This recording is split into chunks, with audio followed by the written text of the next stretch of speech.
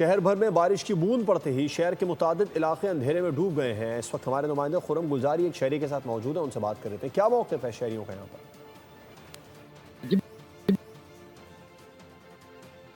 पहली बूंद पड़ते ही शहर के मुख्तलिफ इलाकों में इलेक्ट्रिक का सिस्टम बैठ गया, जिसके बाद बताया जा रहा है कि 300 से ज़ायद फीडर हैं जो कि ट्रैप हुए हैं, जिसमें डिफेंस है, औरंगी टाउन है, बल्दिया टाउन है, गुलशन इकबाल है। ताहम सूरत-हाल ये है कि रिहायशी इलाके हैं वो शदीद मुतासिर हैं। इस वक्त एक शहरी यहाँ मौजूद हैं, इनसे बात करते हैं। हर जगह का लोड शेडिंग का मामला चल रहा है, सही है ना। बच्चे स्कूल जा सकते हैं, सही है। अब घर में यूपीएस लगा हुआ है, वो भी कब तक चलेगा ना, वो चार्ज हो पाता, सही है। अब पूरी रात लाइट नहीं होती तो बंदा ऑफिस कैसे जाएगा? यानी सुबह में बच्चे गर्मी में सड़ले होते हैं, सही है। अब बड़े बूढ़े हैं, सही है, किसी की तबीयत खराब है, किसी की क्या मजबूरी है कि, लेकिन ये लाइट बिल्कुल बंद हुई हुई होती है।